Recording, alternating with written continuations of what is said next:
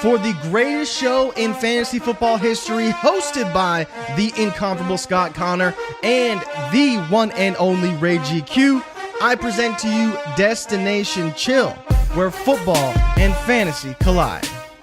G-E-G-P, what's cracking with y'all good people? It is Sunday, May 10th, 2020. Wait, May 16th, May 10th, May 16th, May 19th. Damn, Scott. Been off for a week. I can't get the date right. May 19th. Y'all are tapping in with myself, Ray G, along with my brother from another mother, my co-host, my partner in crime, my dog, Scott Connor. You can find him at Charles Chill FFB. This is Destination Chill. We were off last week, Scott. You got to spend some time with the family. So, you were saying that you could come back and we could try to rush that thing. And I said, nah, man, spend time with family. But I'm glad you're back. I'm glad to do this with you. It feels like it's been forever, dude. So how are you? And are you excited for the show tonight? Me versus you. We're jumping in the draft together. We're going to do this. How you feeling tonight, baby? I'm feeling great, refreshed, excited for the new era of Underdog content that's coming this summer. I did my own live draft last Wednesday. Had to work out the kinks. It's definitely something where you need to get some reps, drafting live, being by yourself, talking through everything, but also working the board and whatnot. But I'm excited to go heads up with you. You convinced me to dive literally from the highest of high dives this year into the deepest of waters for Underdog. It wasn't like, hey, let's just do a little bit. It's let's go all in and talk about your process. So I'm excited to go heads up against you. Hopefully we are in the same draft. I believe we are because you haven't messaged me or said anything to me. But I'm ready to go, man. I'm excited. Yeah, I'm excited for this one as well. And for everybody out there, if you're new to the channel, make sure you tap into all the dope content creators, man. We got a brand new show, Bestball Night School. Those two gentlemen, Coach Jeremiah, man, they do a fantastic job. They are nuts about best ball. Ty DeClaire and Shane both dropped pieces that aired over the weekend on the channel, so make sure you check out Shane Says and Ty doing a fantastic job with the Dynasty Trade Show. Scott, I'm in this joint. We'll see if we're in the same one right here. And unfortunately, we are back to back. Let's go. Let's go. This is going to be fun. So I'm gonna pull up the board right now, Scott. We are back to back. We are back to back. Where am I at? Is this us right here? There we go. Back to back. I told you to, don't touch anything with it. I did all this stuff and ended up messing the damn thing up. But there we go. You've got the 103. I've got the 104. Scott, your thoughts, process. I'm going to get on your screen, and we're going to talk through this thing for real. This ain't we're trying to cut each other a break. This is your board. You're controlling this. I got my board pulled up. We both use the Spike Week tool. We both have war information and things like that. So we're really going to talk through this, all right? Yeah, I'm ready to go. I'm ready. And it's ironic that we're both picking in the same spot early in the draft. One thing that anybody that's drafted in a number of these drafts will start to realize is that you'll read your room pretty early. I mean, how many players, and it doesn't mean because you have a badge or not that you're necessarily a good drafter or you have a plan, but I've found some rooms are super easy to navigate and others are, there's just picks all over the place. And I think there's going to be a plan. And then I go, there's 3 or 4 people in here that don't know what they're doing and they don't necessarily have a plan. So I am up. We're getting right into it. I think there's 2 obvious picks here. I took Tyreek Hill the other night at this spot. I'm going to take Jamar Chase in this draft. And then immediately, now that you're on the clock, I don't know where you're going to go, but I assume it's going to be, you going Tyreek here?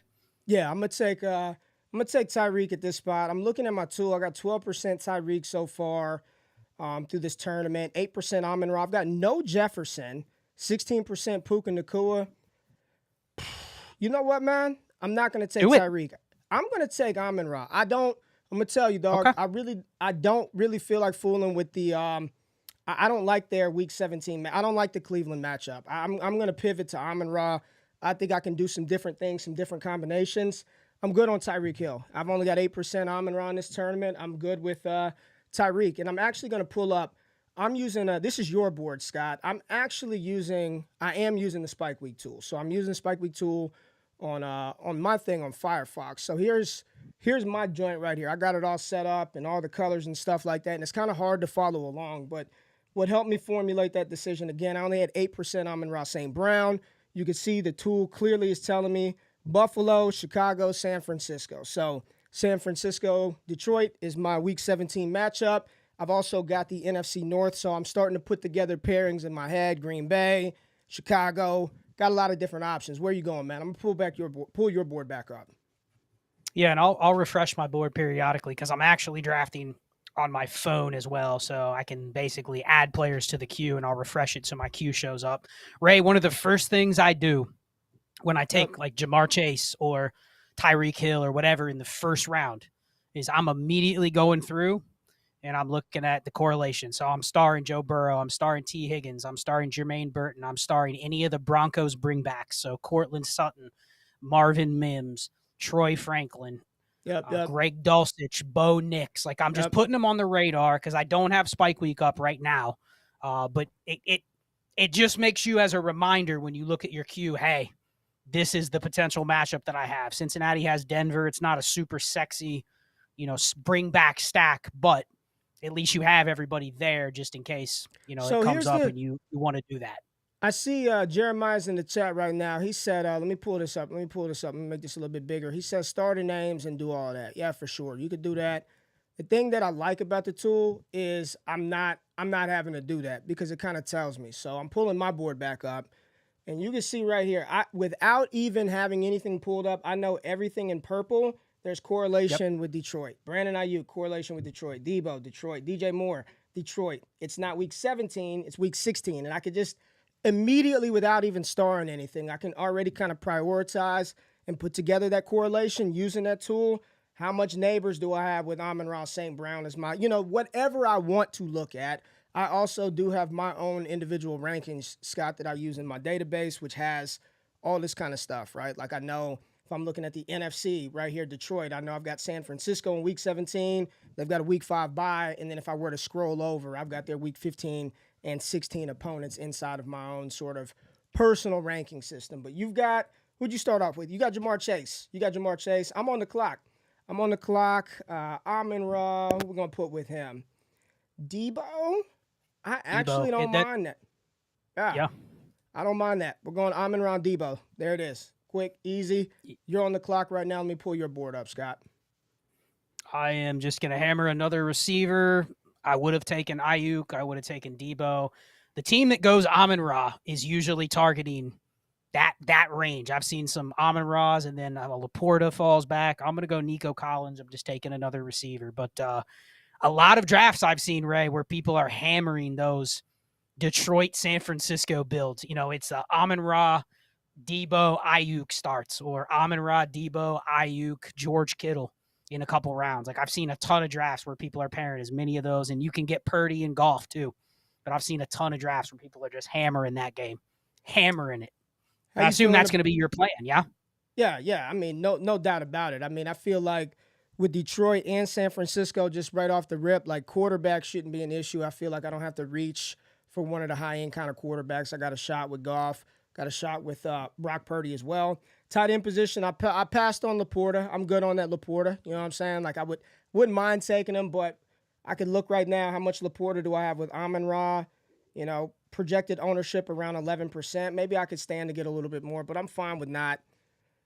I'm fine with the way this thing is playing out right now. And interestingly enough, haven't even really looked at anything other than sort of my team and your team so far. So you're about to be up. So let's switch to your board and talk through what you got going on right here with the 3-3 spot. Yeah, I mean, I have two receivers. I didn't plan on it, but I have 0 Kyren Williams, I think, in 22 BBM drafts now. So if he goes, he probably goes. Nope, keeps going receivers. So I'm just going to take Kyren just as a value pick. So I'm going to hammer Kyren Williams here. It wasn't in the plans, but I'm just going to take him just as I'm going to need some placeholder innings eater running backs. And now that I'm into the Houston stack, I got some options coming up here. So I just took him way past ADP, so I'll just take him here. I talked a lot of shit about passing on Laporta, and I'm probably going to take him. Like I probably you got it. You got to take him right here because to have him, this is just great. This is just working out very nicely. So I'm not even going to play around. But I feel good about this. I feel good about Amon-Ra, Laporta, Debo right here. I feel like this right here should make golf undesirable to just about everybody else. Correct. It should. Correct. Now, if somebody's in here that's watching and they just want to play around, cool. But this should pretty much render Jared Goff like undesirable. Let me ask your opinion, right? Because now that you have Laporta and Amon-Ra, Yeah. you know the Trinity data. If we had full tight end Trinity, you probably just captured 60% of their passing Oh, offense, right? 100. At Yeah. least half of it. Yeah. Hell Are yeah. you even interested now in No. JMO, DPJ? Are you done with the Lions once you get Goff? We'll see how far JMO falls. We'll see how far JMO But not a falls. guy But you're taking no, a round ahead of no, ADP for the stack, no, right? You're no, good on no. Detroit. I'm not. I've got the Detroit stack. I got Amon-Ra and I got Sam Laporta. I don't. Again, if JMO if he falls 3 rounds past ADP, something like that, sure, I'll take you for the 2 games that you'll catch some long touchdown passes. Yeah, I'll do that. How are you feeling? Let's look at your board though. Where are you feeling? What have you? I literally don't know what you've done. So what have you done so I far, went Scott? Jamar Chase, Nico Collins, Kyron Williams, and I see a comment in the chat from David. Is Kyron an innings eater? When I say innings eater, I'm talking about a running back that is within that threshold that I know they're going to get a certain opportunity. You know what I mean? And that's just a pure past ADP pick where I've just never taken Kyron where he typically goes. He typically goes in the mid to late second. Falls to me at 303. So it's a rogue pick. There's no I'm trying to stack Rams now or anything. You know what I mean? And I have a ton of Ray. I think I have 9 Blake Corums through like 18 drafts that have gotten into that range. So I'm always taking Blake Corum and no Kyron. So that's a perfect balance pick for me. And I'm on the Houston, Baltimore, Cincy, Denver stacks for week 17 right now. So that's probably where I'm heading in the next couple picks. I'm gonna look at some Bears stuff, man. I wouldn't mind. Have you started to dive into the theory around game planning around weeks 15, week 16? You know, a lot of people talk about 17. No, That's where. But have you? Are you even worried about 15, 16 right now? I haven't really given it a lot of consideration, but I think for some of us that are going to play a ton of drafts, I find myself continually doing what? Now, I think it's important to say that I'm not reaching on correlation for week 17. What you don't want to do is just continually overreach. But I have built a lot of teams since the schedule came out, probably 8 drafts since the schedule came out. And there's a lot of week 17 only correlation. Mm-hmm. But I'm going to have to build some different teams. You know what I mean? If I'm going to do another 15 drafts before, the end of May, I probably need to start building some different stacks for week 16, especially just because it's going to create different teams as the ADP shifts over the summer. You're up in 3. What are you thinking? I'm looking at the board. I'm looking at value. I got a lot of Amari Cooper, 28% so far. I think I'm like 30 drafts in so far of this one. I'm much more methodical in my process this time. I don't want to, with big board, dude, I had to jam in like 80 drafts the last couple of weeks. So just looking at some correlation spots right now, Keenan Allen pairs up with, it's my week 16 opponent as well as James Cook. Dalton Kincaid, no need. I've got a tight end. So I'm looking at Keenan Allen. Amari Cooper, Tank Dell, not bad value. But I think right here, I'm going to go Keenan Allen as a part of this Chicago offense. I'm going Keenan Allen right here.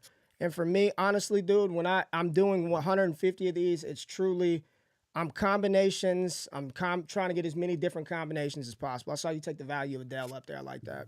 Well, I have Nico. So I got sniped on Higgins and Zay Flowers and Lamar Jackson. They were both in, all 3 were in my queue coming up, but Tank Dell fell right there. So I already have Nico. Now I'm probably either looking at Mark Andrews or CJ Stroud going back around. Yeah, I like that. Let me see how you feel. How are you honestly feeling about your start so far? Anything you don't like? I'm good with mine so far. Are you good with where you've got what you've gotten so far? I would have loved if Lamar would have come back to me, but it was probably not going to happen in this spot because then it just gives me more opportunities with other players. But now I'm forced into taking Stroud here. If I want Stroud, I got to take him right here. It sucks I got to take him over Mahomes, but I already have Dell and Nico, so this is going to be a Texans build. And I may not even get many Ravens to go, so there we go. CJ Stroud. I'm up here, Scott, and I'm looking at my tool. And I'm thinking about, again, division correlation. Kittle, I'm good on that one. Jaden Reed, Minnesota with Addison. I believe I've got Reed higher than Addison. I'm almost positive I've got Reed higher than Addison. So I took Jaden Reed, and it's just strictly division correlation with Green Bay and Detroit and Chicago. So, I mean, it's the NFC North. It's NFC North correlation right there. And I've got Jaden Reed higher than Jordan Addison. I'm almost positive. No running Let back me ask taken your yet take for on me. this. Let me ask your take on this. When you get in a situation where there's not really a lot of correlation to what you're trying to pick, you're just, the other thing we haven't really touched on at all is roster construction. We know we're Yes. both looking for a certain Yes. roster construction. I don't Yes. even worry about the construction until I get to like round 10, round 11. Oh, yeah. Then I start going, all right, I know I'm going to need to find a couple running backs, or I'm going to have to start taking tight ends, but I don't even look at it until then. But at what point, when you're just making a pick, a lot of times this is in the middle rounds where you have some guys starred later. Maybe there's some correlation that you're willing to take in the last 6 rounds or so. How do you evaluate when you're just like, I'm just taking this player because he's way behind ADP, or I don't have a lot of exposure? How often do you think that happens where you're just like, I don't have a lot of this guy. He's just a random running back on this team, but I'll take him here because I barely have any. I mean, listen, I've got zero. I mean this shit sincerely. I've got zero affiliation with Spike Week at all. I have no promo code. I couldn't even give you a 5% discount if I wanted to. The owner of it and I DM'd about doing some content together, but like this just helps me out. It really, if I'm in between taking Lad McConkey and Keon Coleman right now, I can see that I've got 14% Keon Coleman and 2% Lad McConkey. If the build and the sort of construction that I'm aiming for is deficient in one of those areas and it's between one of those two, I will take the player I've got lower rostership of. For me, it's truly I'm building combinations, trying to get some correlation, trying to catch some divisional spikes, some opponents going against one another, and I'm just trying to build out as diverse of a portfolio as I can. It's not just BBM. It's across the puppy, the Chihuahua, the Superflex board when that drops. Like, I'm just trying to give myself as many bites at the apple as I possibly can get. Yeah, that's definitely, it's easy to kind of just pivot towards, you're going to have to make a lot of picks that don't make a ton of sense plan-wise during these drafts. You know what I mean? Mm-hmm. And have you noticed there are some players that are just really hard to find correlation for sometimes, just based on the board? Oh, just yeah. like, I'm taking this random Devin Singletary. He's just a running back. Yes. Baltimore, you don't got a lot of options. All right, tell me what y'all feel about David Montgomery right here. I don't have a running back. I've got the air attack for Detroit covered. Like, am I taking it too far with David Montgomery, Scott? Is that, you know what I mean? I don't think so. It too far. No, I don't think so. Get my team in position to score. Amon-Ra runs it down to the 2. David Montgomery punches it in, right? Like that's what I'm hoping for. That's what I'm hoping for. Now I feel like I need some Niners here. You're on the clock though, Scott. You're up. What are you doing? We'll talk through this shit after we get through this cycle. I'm probably just taking another innings eater receiver here. I don't have a couple guys in here. I'm scoring Jordan Addison. I think I can bring back with a couple Packers receivers later if I want, but I needed another receiver that I think has a guaranteed target. Scott, what you got going on? Go to score on. Let me see your roster. What you got? Stroud. You got Stroud, Kyron, Dell Collins, Jamar, Addison. All right, you're back. You're up. So we're gonna stay with you. What are you thinking now? What's the play for you now? Let me see. What are you thinking? Houston. I'm going to Houston. Let me see. I just want to look at Houston's playoff schedule. So they've got AFC playoff schedule. Houston's got Baltimore. I'm at Miami in 15, Kansas City in 16, and Baltimore 17. Shit, they got a rough schedule. Miami, Kansas City, and Baltimore. At least they get that Week 14 bye, though. Yeah. It's tempting. I don't want to do it, Ray. It's tempting to take Joe Burrow here to pair with Stroud. I hate taking 2 quarterbacks this early. I've done Historically, it's not a good bet, but it's not. I can be in on the Burrow Chase stack, and then I'm done. It's a 2 QB build. Man. You know what? I don't have a lot of Burrow, and I only have one other Burrow chase, Yes, and I have talk a yourself ton of late. into it. I have a ton of late it. 3 QB builds, so I'm just gonna do it. Take Burrow. That pushes me into it's a 2 QB build, which saves me a roster spot. I can bring back both tight ends on the teams that I'm playing in that Week 17 game. I can bring back Gesicki and Dulcich as a third tight end later if I want. So I just did it. All right, I like it. Christian Watson, fire him up. I'm taking Christian Watson right here. Like it. Could be an absolute 0. It could be a 0, or he can give me a couple of weeks. So literally the cool thing about the tool, you can see my entire receiving core. Scott, I'm going to zoom out just a tad bit. My entire receiving core is there's just correlation across the board, right? It's not all Detroit, San Francisco. I've only got one Niner to this point in time. And realistically, there's probably only 1 or 2 49ers that I can even pick up to move down the board. But we've got Monty, Amon-Ra St. Brown, Debo, Keenan Allen, Jaden Reed, Christian Watson. I didn't realize I had 2 Green Bay receivers at the time, so whatever.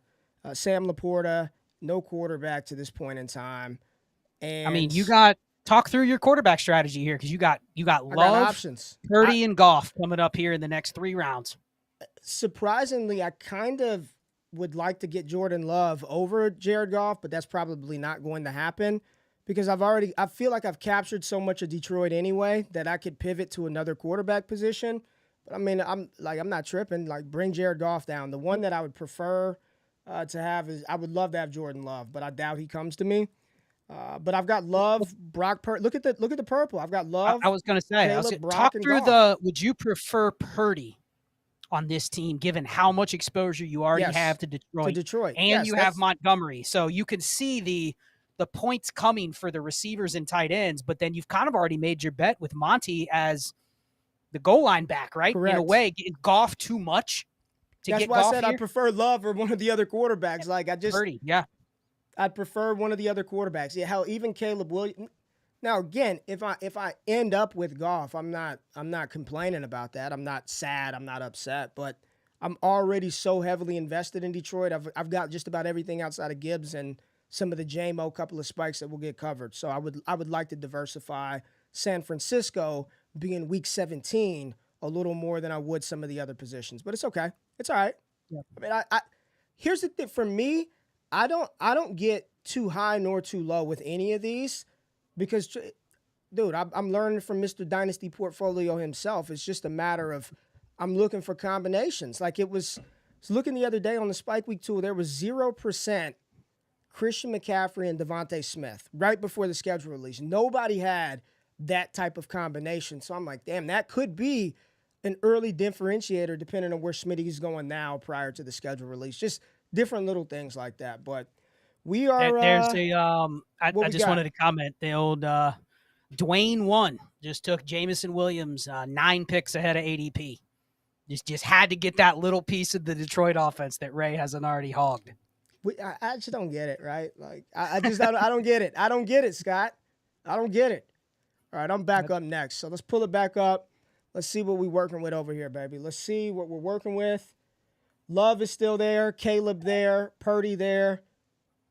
I would just take him here, even though it's ahead of ADP. Like I just don't even. I don't give a shit, dude. Like I don't. Every I team really don't picking care between about, us, Ray, do not have a quarterback. So I think that is risky. If you were to say Love's going to fall to me, you know what I mean? You could see just 3 QBs go, and you're going there's no correlation, but they took them. So I agree. You have to take Love here. Would you take Love over Purdy? Yes, I think so. At worst, Love could force a couple more quarterbacks off the board, which isn't bad for you. But you got to take Love. Yep, would be the selection. Najee Harris comes off the board. Jordan Love is up. Bam. Slam Jordan Love. Now, immediately, there goes the correlation with Jordan Love. It's green for Love, green for Reed, Reed for Watson. And you are on the board, and you just took, Scott, Jaylen Warren. Another innings eater running back. Nice. So for me, man, you've got 2 running backs now. You've got a potential stud in Kyron, and you took an innings eater. Like, at what point are you going to lean off the RB position? I'm probably going to go 4 in that sweet range that I posted last weekend. So 4 in the top 12 rounds has usually been my goal. Then I'm willing to take one more. The extra quarterback spot, I think, allows me to take another higher range running back here because I have 2 QBs. I'm not worrying about a last round QB here. So if I can hit another running back or 2 in the next 3 rounds, I'm probably on a 2-5-8-3 build, which I'm going to need here because I went the 2 early quarterbacks, so I'm going to have to catch up here with some of the other positions. So, all right, you're on the clock. All right, I don't love this, but we got some more correlation week 17. So hopefully this player survives till week 17, but I'm going to go with the Javonte Williams bring back in week 17 since I'm so in on Bengals. Scares me because you sit there and you go week 17, is he going to make it that long? So we'll see. I've got 18. On Purdy here, Ray? Yeah, I don't like any of my skill position options. I really don't. I look through them. I don't like them. I'm done with QB. I'm done with QB. I do not like my skill position options. I got to give you props because immediately now that you've locked in Love and Purdy 2 rounds later each time than what I got Stroud and Burrow, that right there, it's a lesson of you're on a 2 QB build, right? You're done. Oh yeah, I'm done. I won't take a third quarterback. I'm on a 2. Here's the thing. I'm on a 2 QB and 2 tight end build. I'm taking Tucker Kraft. I'm taking Tucker Kraft later. I'm taking Tucker Kraft or Musgrave, whichever one. It's Kraft or Musgrave. 2 QB, 2 tight end build. Everything else going to receiver and running back. I like how this is playing out.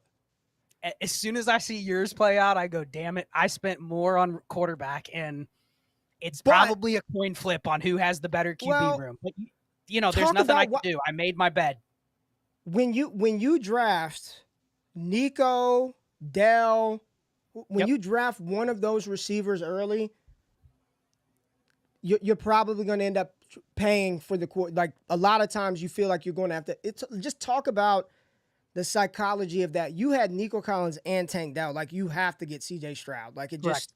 You have to, right? And you're sort of putting yourself in that box, right? And I don't even want to say it's a box. It's a nice ass box. It's a very nice box, but it's a box. Burrow was the luxury pick. I probably could have gone later at QB and waited. And one thing that I've done a lot is when I don't make that Burrow pick and I just take another uncorrelated receiver, another running back, then you look at what's going on in this room right now. I could have taken Rome Odunze with one of those picks and gotten Caleb Williams more than a round past ADP. Pulling your board up. Let's pull your board up. You're talking about it. Go ahead. I can move us around. Just pull up whatever you want. Yeah, Caleb Williams has fallen. Caleb Williams, if you want to pull up the board, you can. Caleb Williams has fallen a ton here. And not that you could have seen that coming, but the point is I could have probably you didn't plan on that Jordan Love Packers stack until you took Christian Watson, round 6? Yeah. You know what I mean? It wasn't even in your head until you took a receiver and then you go, okay, I can make this work. Whereas once I took Jamar Chase and Burrow's sitting there past his typical ADP, if I wanted him, I had to take him. There was no, he's going to fall back 20 more picks. So that's where I got boxed in a little bit. And now, because you have Laporta and you have 2 early QBs, you have really consolidated. This is like consolidating your target share on a team. You know what I mean? Yeah. You've limited yourself now to a 2 QB and a 2 tight end build, which is going to allow you to take some more upside shots later at the skill positions. And quite frankly, I like the options. This decision was made literally at the 104. It was made at the 104. Tyreek Hill was there at the 103, and I made the choice to say, I'm good. Now, Jared Goff is still sitting here. That would have been a nice get with Goff still there. I could have still been able to do that. But I'm looking at running back and receiver. Spears, Chase Brown. I'm gonna play a game dangerous. You know what? I'm not even gonna play the game. I want to get Blake Corum right here. I want to get Corum. San Francisco, Jets, Arizona. I just want a rookie. I want some rookie upside. I want Blake Corum. You're up, Scott. I am up, yeah. All right. So because I'm probably going to have to go 3 tight ends, I'm going to take a gamble here and potentially take 2 of my tight ends coming up. Well, I'm going to go TJ Hawkinson because I already have Addison. And that is basically me saying I'm not probably going to invest in Dalton Schultz. So I'm going to pivot to a running back with my next pick. But I took Hawkinson. I may with Hawkinson, if I decide to go Schultz here, Ray, what do you think about going Hawkinson, Schultz, and sticking with 2 tight ends? Do you think that's too risky given one of them is man. Hawkinson? Hawkinson, Schultz, 2 tight ends. And Stroud. Now, Stroud has a late bye. Stroud has a week 14 bye. So I think I can maybe get by with Schultz until potentially. I don't hate it. Yeah, I know. Everyone knows the Hawkinson risk. And of course, Schultz got sniped by me. Schultz got sniped, so that doesn't matter. Okay. We're going to pivot to running back. I'm going to lean more into the Bengals. Chase Brown. Lean into the Bengals. Now I got the Burrow, Chase Brown, Jamar Chase, triple stack. So hopefully Chase Brown is the pass catcher. Marshawn Lloyd, come on down. Marshawn Lloyd. 20 spots ahead of ADP. I don't give a shit. Marshawn Lloyd. Come on. Talk about that. How much do you care about ADP at this point? Little. Tad bit. Just a tad bit. And look at my dude. I've got a plan, right? And at this point, the difference between Zach Charbonnet and Ezekiel Elliott and Rico, I mean, they're all running backs, dude, that are a part of a larger program, a larger scheme. So how much do I care? Not much. I mean, normally around round 14, I really don't give a shit. But the way that I've been able to correlate this team, it gives me the liberty I just want to keep it going. I want to keep the NFC North alive over here. I want to make sure that Jordan Love's got some outlet options out of the backfield in case something happens to Josh Jacobs. And I know that this is probably, at least 5 running backs. I might go 6 RBs on this one. This might be a 6 running back team, 6 RB build. Knowing that I'm only limited to 2 quarterbacks and 2 tight ends, I may grab 6 running backs. And I like having some of the young guys. Monty's going to be there. Monty's going to eat the hell out of them innings. He'll be there. Montgomery will be there. Yep. Yeah, there's a comment in the chat from David Ross about is Hawkinson even going to play this year? That's the beauty of knowing we're max entering this tournament, right? Like Hawkinson on a 2 tight end build, it's risky as hell that you get a 0 for at least half the year, right? But I know Hawkinson, if he's back, and then I'm kind of already in on the Minnesota Green Bay game at the end of the year, like, it's a way to go slim at tight end, right? If I'm going slim with the tight ends that are available, you're not going 2 tight ends when you have Hunter Henry and Jawan Johnson. You know what I mean? Right. You can, but you don't feel as good about the 2 tight end build when you're doing that. So I didn't want to take Hawkinson, but it made sense on a team here where I'm trying to just give myself, it's risky, but it also gives me maybe an extra roster spot if I can get to week 17. Scott, I'm pretty excited. I'm rubbing hands, man. I'm rubbing hands. My next pick is either going to be Wicks or Pearsall. It's Dontavian Wicks. I think you should go Pearsall. Oh, of course it would be because I'm targeting Wicks. Yeah, because you're targeting Wicks. Screw you. It's Wicks. I've got Wicks. Hold on. I got Wicks in the queue right there as the top. Wicks and Pearsall, right? David, it's coming, baby. Just hold your damn horses, David. It's coming, baby. Look at that. Jared Goff. Damn, dude. Jared Goff, 20 picks after ADP. Who does he have? Let's see who he has. That's the team. That's not the JMO team. So it's just a team. rando. I needed a quarterback. And then he said some NFC North correlation. Look at that. Dontavian Wicks. Come on down to the squad, baby. Let's go. It makes me want to take Pearsall because watch. Pearsall will land. Pearsall will fall to Ray the next round. Watch it happen.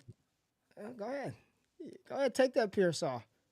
Go ahead. You're on. I do need some upside at receiver, so I am going to take Pearsall. I did have him start. Get the hell out of here. Get No, the hell out of here. I need 8 receivers on this team, Ray. I wasn't letting Ray build the perfect team. It was close.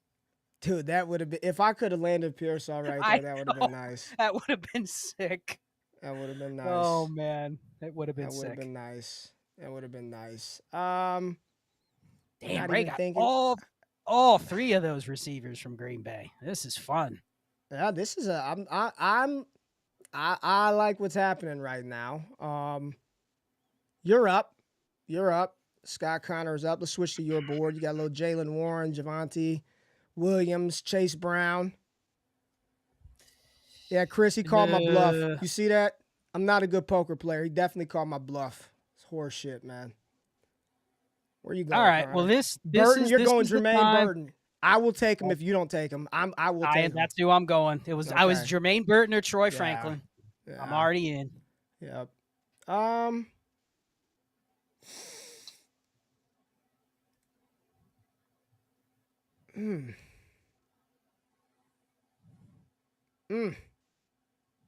It's tough.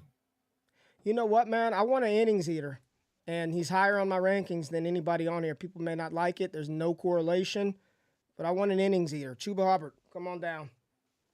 Okay. Chuba Hubbard come on down. With the 2 rookie running backs, let me go to my board. With the 2 rookies being there, and Corum may not see the field earlier.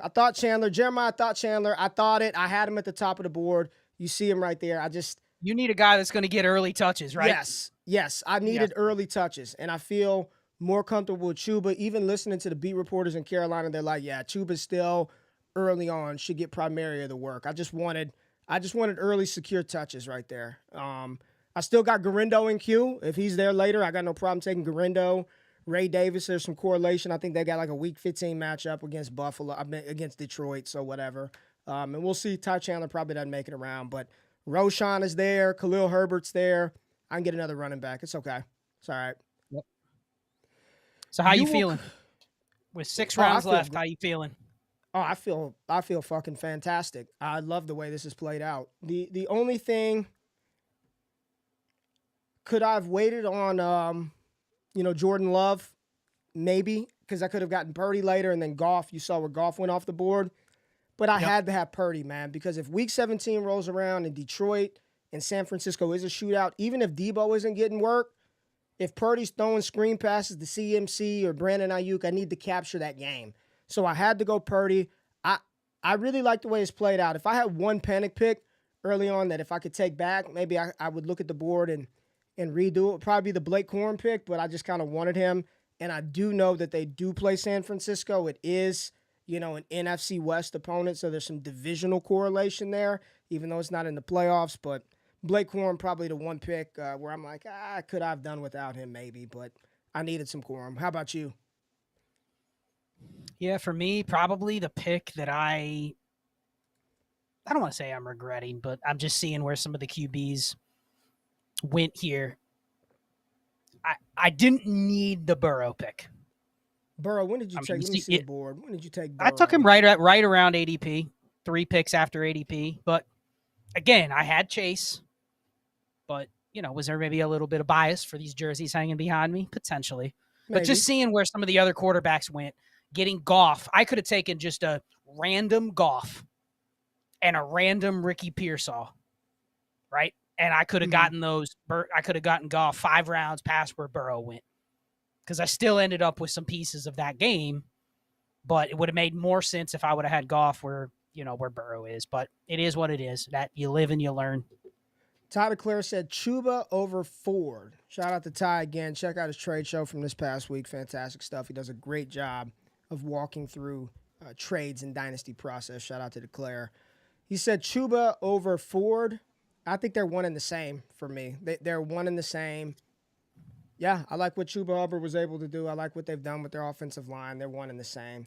All right, I'm on right now. I've got 4 running backs, 6 receivers, 1 tight end. Let me see if Musgrave is hanging out, and he's gone. So we've got Tucker Kraft, receivers, just looking at what receivers are left on the board. I can go best available. I could try to get some DeMarcus Robinson correlation. Running backs, all kind of nasty. I like some of the receivers later. I am just going to take, holy hell, fucking just draft. Good Lord. Bucky Irving, good God. I almost got autoed there. Had to get some NFC South correlation with Chuba Hubbard. So there we The go. auto would not have been good for you, right? No, It would have that might have been bad. another quarterback. Yeah, that would have been bad. All right, you're up now. I got some week 16 correlation here. I have zero of this player because I've drafted everybody from the backfield but this guy. So that is my first J.K. Dobbins. J.K. Dobbins, Scott Connor. Whoa, baby, let's go. There's a world. There's a world where he is the starter. So, I mean, I could have taken Jaleel McLaughlin because the Broncos, I'm in on that game, but I really don't want McLaughlin with Javonte Williams. You know what I mean? It just feels like I'm better off taking a different backfield here. All right. I'm looking. Who are you going for your next pick? I've got. This is also gross, but it makes some sense given that I'm so in on the Texans. We're going to go with the old Rashad Bateman bring back week 17 with the Texans. Ooh, Still got some hopium. Got some beans. That is Bean City. Scott, right now I am truly just thinking about just drafting a good player. Like who's a good player that could score some points, right? I've got some Pop Douglas, Zay Jones, Carolina, and the Rams. We're gonna go Zay Jones. I'm gonna go Zay Jones right here. No core, not a ton. I mean, they play Carolina and the Rams in week 17. You've got Arizona there. I've got the Rams with Blake Corum up there. Like, is that great correlation? Hold on, let me put my board back up. Is that like something to just be all over the moon about, Zay Jones and Blake Corum? No, but if Blake Corum could punch in a couple of touchdowns and force Arizona to throw the ball some more, maybe Zay Jones could get down the field. So just finding ways to at least get pieces of a grouping of an offense. So I currently have a 2-5-7-1, and I do plan on taking 6 running backs and only 2 tight ends in this one, Scott. I was just going to ask you because I got sniped on Dalton Schultz. And at the time, I'm thinking, no big deal. That's fine. I'm on your board now. Back to your board. Had I taken Schultz, though, I would have been comfortable being done at tight end. Mm-hmm. I said I'm taking 2 tight ends, but I've kind of ignored the position just because it's just been super flat. But now I'm at a point where we have 3 picks left. I'm already at 2 quarterbacks. I'm done. 5 running backs, 7 receivers, and 1 tight end. What is your opinion on going 2 tight ends versus 3 tight ends? Should I stay the process given that I'm looking at risky tight end options with only Hawkinson? And you know what I mean? And the process was 2? Just 2? Well, if I would have taken one earlier, if I would have taken Schultz, I'm comfortable Schultz getting me to Hawkinson being available, right? Yeah. I'm not so comfortable with a guy like Isaiah Likely. It makes sense, but Isaiah Likely may not play for he may not be on the field for half the season. So yeah, you got to go 3. You think I got to go 3? You got to go 3. You have to. Because you're only taking 2 quarterbacks, right? You got to go 3 tight ends. Correct. With what you've done. You got to go 3. I don't think that's a bad thing. My whole thing with Hawkinson is knowing his timeline. Like I just don't know about. He is a second half play, and but it correlates. Yeah. At best, he's a second half play, which is also if the offense is going to be in form where they're supporting multiple weapons, it's probably a second half play too. So it's definitely risky taking him as 1 tight end. But again, the reason I asked the question is because you're shooting for the 10% outcome. Hawkinson's ready by week 4 and he doesn't miss a beat. Why protect your Hawkinson investment by taking kind of some dog shit tight ends like Mike Gesicki or Greg Dulcich? You know what I mean? Right. So I think I may just go best tight end available and just only go with 2. I'm looking at the tight end pool right now. You've got Juwan. And I know you're Juwan's he's probably the starter without any much competition. Why wouldn't he be the starter? I think he's the starter. I mean, I know you probably have a shit ton of Noah Fant, so you may want to, deviate from that a little bit. But Yes. damn, Pop Douglas is still there. Interesting. Oof. Okay. All right. I'm gonna round out running back after this. Khalil Herbert or Roshan? Who do you like more? Just curious who you like more. Herbert, but Roshan has moved past him and he's the one that's getting buzz out there, not Khalil Herbert. I feel like Herbert is like trade candidate too. It feels like he could go. Let Dallas trade for Khalil Herbert. Come on, Like I just not that he's bad, but Herbert has the higher upside. Then if you draft him and that does happen, Roshan's ADP goes up a little bit, but Herbert goes up even more. You know what I mean? Yep. And then if he doesn't, there goes my Chicago pairing. So I finally got somebody paired up with Keenan Allen. So that filled out that. Keenan Allen, there was no sort of correlation with him. So I finally got a Chicago pairing with my Keenan Allen. My running back spot is done. Scott, you are up. I'm buying in. Best tight end available, I'm going Noah Fant. I have a lot of Noah Fant. When he's got some correlation with Minnesota, just give me Noah Fant. Now I have to decide, do I want to go 3 tight ends or not? Because Gesicki and Dulcich I'm not confident enough in them giving me even like any points to get to Hawkinson. You know what I mean? Yeah. How risky would it be if I didn't take any other tight end and I just roll with Sam Laporta and I just live and die with Laporta? I mean, here's the thing. Those weeks where he doesn't, he's going to hit your lineup every week, and he's not going to probably have many games where he's under like 5. You know what I mean? He's going to have a lot of games where he's 8, 6, 10. I don't think it's that risky, right? Taking zeros at tight end doesn't kill you that much. Ooh. I think I'm going to go just Kraft. You're up, though. You're up. Yeah. I'm going to go with another receiver. I'm going to take. You taking Pop? Yeah, you mentioned him on the Overzet stream. I'm taking him because I think he's just good. I think he's just good. He's just going to get you. He's an innings eater receiver. He's just going to get you points. I like him. I'm going to take Kraft here. I don't care where his ADP is.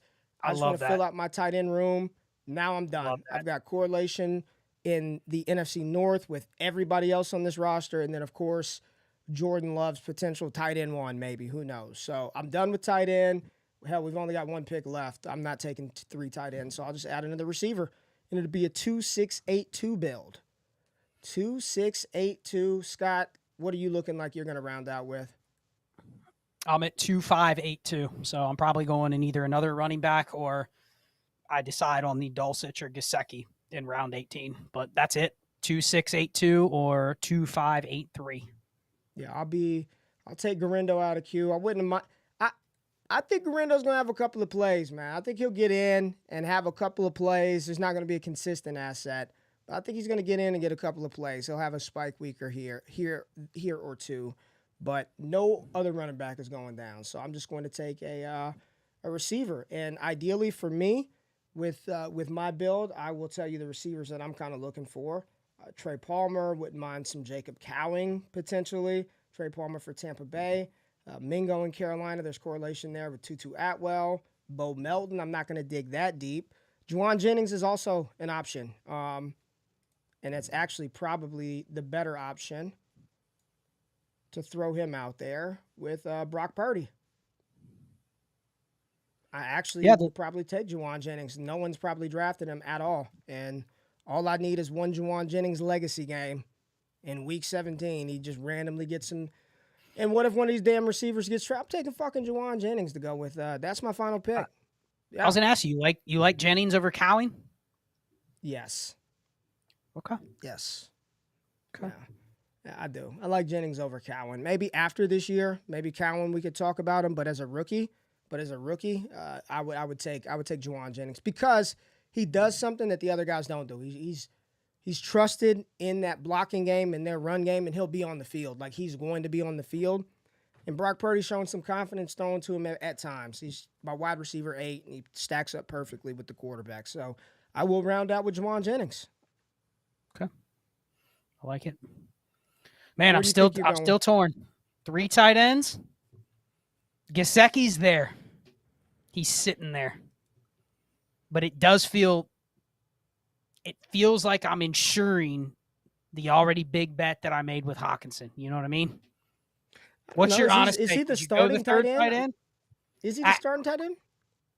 He is, but he's not a traditional tight end. The reason I like Gesicki is because his big games are going to probably be clustered. You know what I mean? They're going to be big plays, touchdowns. Yeah. That's it. He's going to give you a shit ton of zeros or times where he's not hitting my lineup. But I do think if you told me his spike games, like he may have 2 top 6 weeks and then a bunch of games outside the top 20. You know what I mean?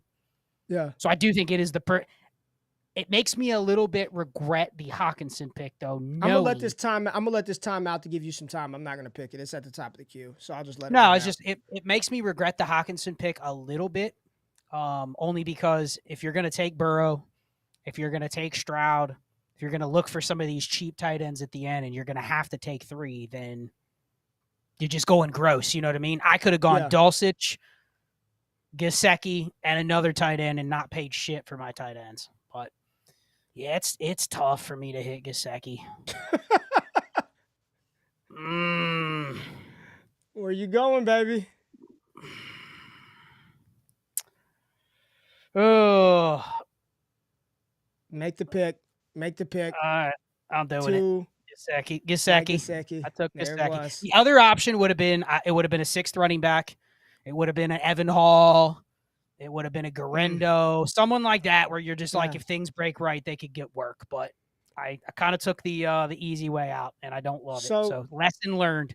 Let's talk about this as this rounds out. So we have completed teams. Go ahead and just scroll and let's show your team. Let's zoom into your squad. Let's zoom into your squad and talk through just your team that you built. Let's go through it. What you got? So we got Joe Burrow, C.J. Stroud at quarterback, 2 QBs. Obviously, if you're investing 2 picks in the top 10 rounds, you're not taking 3 QBs. So as soon as you take those 2, every other QB, regardless of who your receivers are, regardless of who the opponents are in week 16, 17, those QBs are off the board. So all of them off the board, Burrow, Stroud. Let's see. Back to. I'll go to my board. I'll go to the board. Yeah, go back to your board. We'll pull this one up again. Here it is. You got it. Yep. Let's see. 5 running backs. Kyron Williams. Wait. Whose board is it? I don't know. Is this yours? Oh, yeah, there you go. It's my board. Yep. Most recent completed one. So 5 running backs: Kyron Williams, Jalen Warren, Javonte Williams, Chase Brown, J.K. Dobbins. Now that I look at this again, I go, man, there's some risk with J.K. even being, hopefully he makes the roster. There's risk with Javonte. I probably should have gone with a running back, just any random running back that I think could have. Probably would have gone Evan Hall if I could pick again. Evan Hall, Tank Bigsby, Garendo, somebody in an offense that I like that is just they have a bell cow running back. That what was your argument for Garendo? Like, he's not going to probably do anything until the last 2 or 3 weeks where they're like, maybe let's give him a little bit of a look. You know what I mean? That's the logic. You're not drafting a round 18 running back for that guy to get you anywhere during the regular season. So I probably could have gone with 6 running backs here. 8 receivers: Jamar Chase, Nico Collins, Tank Dell, Jermaine Burton. You can clearly see that I was in on the Texans and the Bengals. And then Addison, Pearsall, Bateman, and Demario Douglas. Sometimes you just got to take uncorrelated receivers, guys that you think are going to score points. Yep. So 8 receivers, and then 3 tight ends: Hawkinson, Fant, Gesicki. I'll just shout out to everybody. I do have to stop taking Noah Fant. This is probably like the 7th draft I have Noah Fant where there's just no plan. It's just Scott likes Noah Fant and he takes him where he goes. But if then I start building the Seattle, Chicago stacks, then I'm taking Noah Fant on those as well. I'm going to look up and go, you have 39% Noah Fant, and a lot of them is just random. So for me, like, dude, when I say I'm like all fucking in Underdog this year, is all I think about, right? And really, man, your draft is simple as it is to talk about the onesies, but like decisions are made at the very fucking start, man. It's made Mm-hmm. at the very beginning. After you took Jamar Chase, which to be quite honest with you, I wasn't even upset. I'm like, cool, because I didn't really want to fool with that week 17 matchup with Cincinnati anyway. And Miami and Tyreek Hill's on the board, and I've already got a ton of exposure to Tyreek from the big board. Like tonight, I wanted to build around Detroit, San Francisco. It felt like a much more accomplishable task to build around Detroit and San Francisco. I did not. And let's just see what the Tyreek Hill team did. This was a red badge team. They should know what they're doing. So Tyreek, Jalen Waddle, you got Buffalo, so you got some AFC East correlation there. The Dolphins play, isn't it the Browns in week 17, I believe? Yep. Got the Dolphins with Tua, Nick Chubb. Like, it's just yuck. And then Malik Washington. Like, I just didn't want to deal with that. I didn't want to deal with that tonight at the 104 spot, you know? You look at the team that took CeeDee Lamb. Let's see what type of correlation they were able to accomplish with Lamb. Like I always do. I don't know how you are, Scott. I just look at what other people are doing. Like I always go back to the board at the end and see what happened with Lamb or what would I have done. Knowing that Dallas plays Philadelphia in week 17, they've got NFC East correlation. So you see it with Devontae Smith, week 17, Terry McLaurin. I like that. Maybe there's some matchup with Tampa Bay. That's why he went there. Dak Prescott. Dallas plays Cincinnati this year. NFC East right there. New Orleans. All right. So they did a decent job of trying to set that thing up. So that's sort of some of the things that I do once I'm done or before I start. Any tips or takeaways, things that you do? And again, I just want to say we've got zero affiliation with Spike Week, but the tool just makes things very, very easy. And once I get done, I always send my draft information back to Spike Week and look at the combination exposure of some of the players and the teams that I have. It's a cool tool. It's a cool tool. I'm just supporting good work. Shout out to them, man. It's good shit. Any tips you got for the people? No, I think this was really fun for us to go head-to-head, back-to-back spots. I want to keep doing this. I want to do this at least a couple more times in the summer where we literally just draft together and talk through our boards. I think you beat me. You beat me in this round. If I had to say right now, I like how things played for you, and it's not like this will be my takeaway. Something that I'm learning the first time and knowing I'm going to draft. I mean, we're not just doing Bestball Mania. You know, I plan to do some of the other tournaments too, and I want to go all in with actually planning them big picture. But you notice, like, one of the biggest differences sometimes is when you get into these rooms, like I was drafted next to you, right? But other than the Wicks, Pearsall, which you weren't going to be able to get both, so it really didn't matter. But like we weren't competing against each other. We both had an idea of what we were doing. We were both trying to execute a plan to win a 672,000 entry tournament. But like you and I, we were picking back to back, but this wasn't like, oh, I'm going to snipe Ray. You know what I mean? Because all I'm doing is sniping my own team. If I snipe you, I'm ruining your team, but I'm not helping me. So you'll really notice when you get into some of these rooms, and I don't know if there's any opinions from the chat in terms of like when you draft, but I've got in some drafts where I was in one this morning where I had taken early, I had taken Christian Kirk and Evan Ingram. Mm-hmm. And Trevor Lawrence fell like 28 picks past ADP. They were going 4 or 5 QBs past, and he fell in my lap. And now I gambled that I was going to get him, but it was a room where I looked and I go, dude, there was 9 other people in that draft that were just completely blinded by what I was doing. You know what I mean? They didn't care. They had their own plan. They had no interest in the guy I was trying to get, and they just let him go. Then you get in another draft where I'll text you when I see this all the time. You know, hey, this guy just took the random. I had a Hurts, A.J. Brown stack going, and he takes Dallas Goedert like 18 picks ahead of ADP. Right. Tight end 9. Just had to have Goddard. Yeah, you know what I mean? No plan. Yeah. And so you're in that room, and you're going like, damn, that team ruined what I was trying to do. Didn't help his own team. But you get in those rooms, and it's just random. And then there's other drafts where it's like, dude, if there's 12 Ray and Scotts, we'd all get basically what we wanted. You know what I mean? So I think it's being able to read that room early within 2 or 3 rounds, looking at the board and figuring out, do the people, that's something I do after 3 rounds of every draft. I look at the board and I go, how many people in this draft appear to have a plan? And you can see the ones that don't, you know what I mean? 100%. Especially through maybe 5 or 6 rounds. Through 6 rounds, you can see just random players. Oh, they took this guy 8 picks ahead of ADP, but he doesn't stack with the receiver. You could have had that quarterback, but you didn't. You took Dak instead of Jordan Love, even though you went, Jaden Reed already. You know what I mean? Like when you see that, you got to be able to read that early. Because thinking you're just going to be able to put together this nicely correlated perfect team in a rogue room of 5 random drafters, it's going to be a lot harder when I'm drafting with 11 other people that have a badge and are max entering or have 50 plus teams and they have a plan with their draft. So just be able to figure that out early, who you're going against, and plan accordingly. My final board was Jordan Love, Brock Purdy at quarterback, David Montgomery, Blake Corum, Marshawn Lloyd, Chuba Hubbard, Bucky Irving, Khalil Herbert as my running backs. Amon-Ra St. Brown, Debo, Keenan Allen, Jaden Reed, Christian Watson, Dontavian Wicks, the entire Green Bay starting wide receiver core, followed by Zay Jones, who was just best player available at the time. I liked just his situation versus everybody else.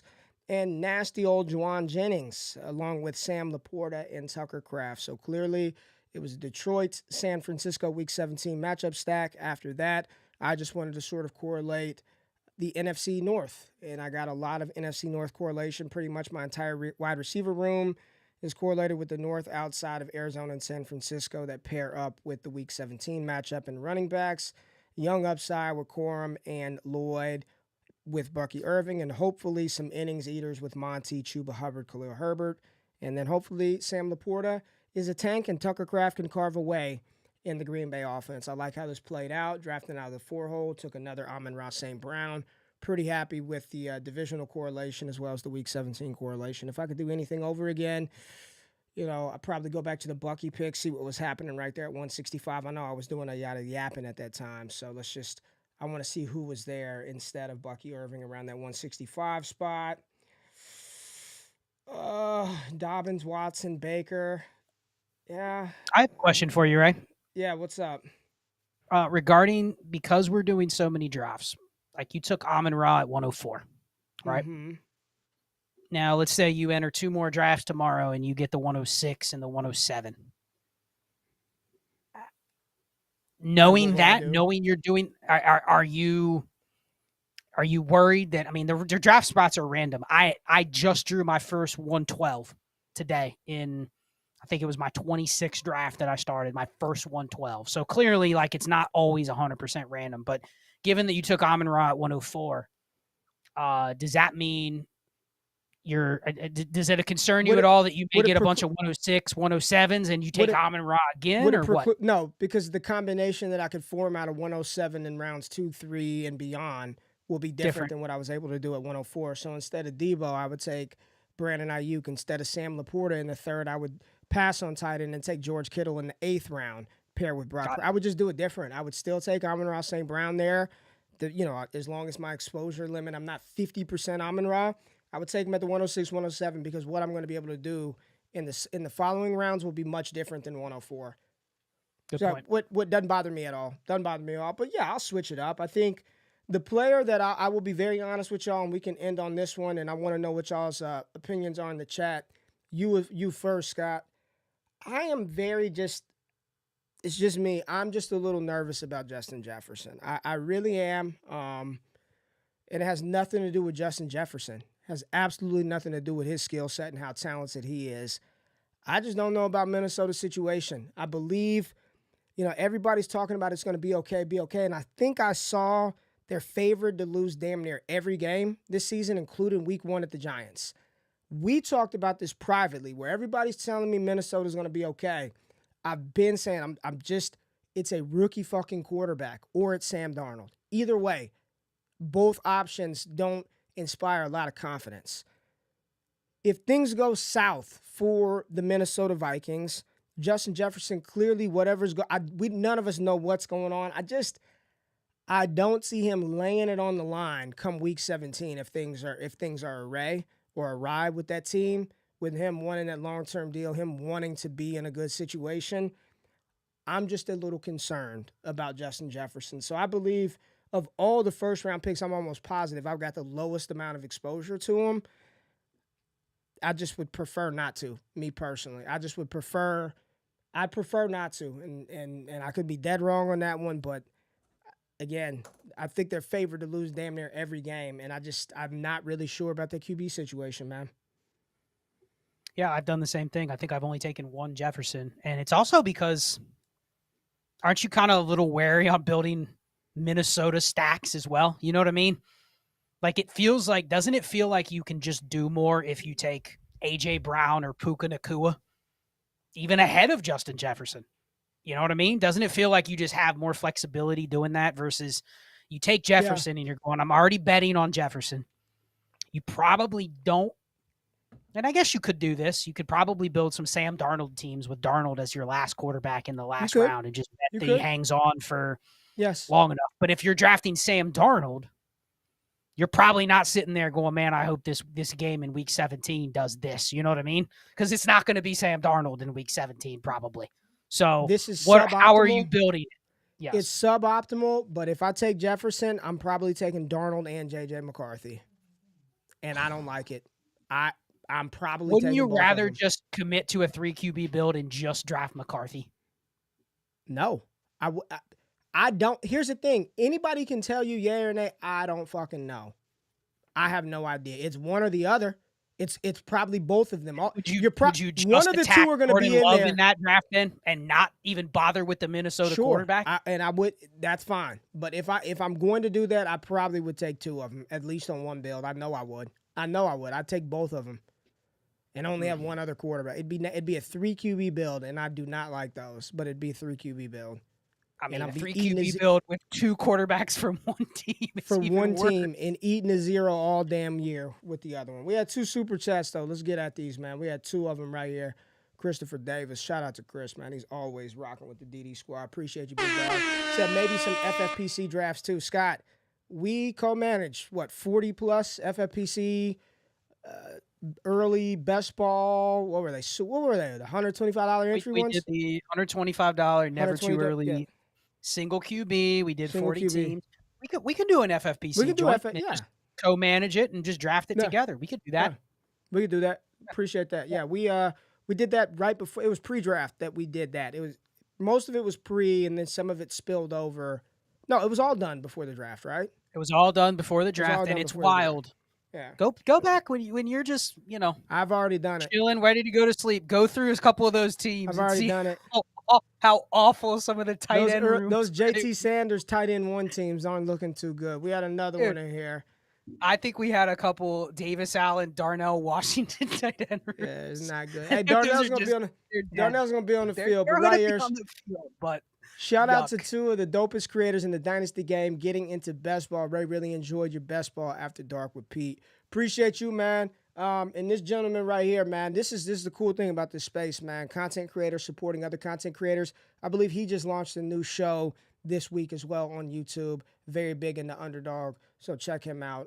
Literally just copy his name right here on YouTube and into the X or Twitter, whatever you call it, and his stuff will pop up. So thank you for tapping in the show. Scott, we got 1,200 people in here right now. Hit the thumbs up button, like the content. We appreciate this. And I saw somebody ask weekly winners.